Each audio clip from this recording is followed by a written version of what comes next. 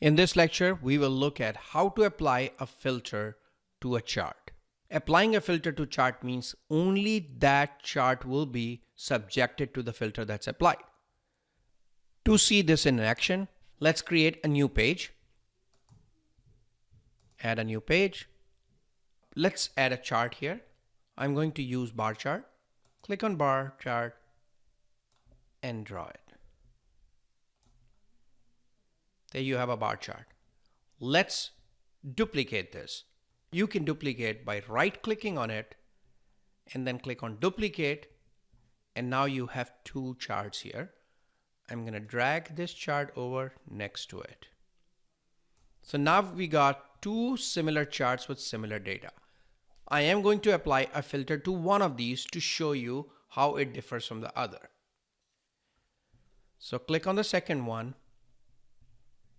You're familiar with this interface here. Scroll down and let's add a filter. Click on add a filter. That opens up another window where you can create the condition or the criteria for this filter. Include or exclude. So you can use one of these criteria. We're going to use include. And then this is where you select a field that you want to use for your criteria. For this example, I'm going to use source medium as the dimension that I want to filter on.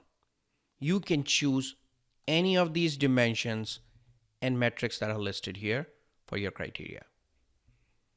However, like I said, for this example, I'm going to use source medium as my filter criteria.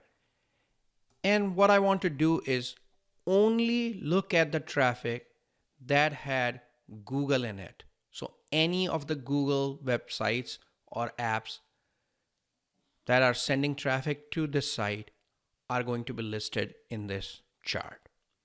So include source and medium, and the condition is that contains. You can use equal to, contains, start with, regular expression, etc.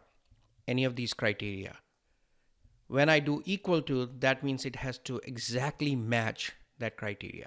However, in my case, I want to look at any of the Google site as long as it contains Google in it. It could be google.com, google.mail.com, googlemediaplex.com, anything that contains Google. So let's do contains and then type in Google. Once done, click on save.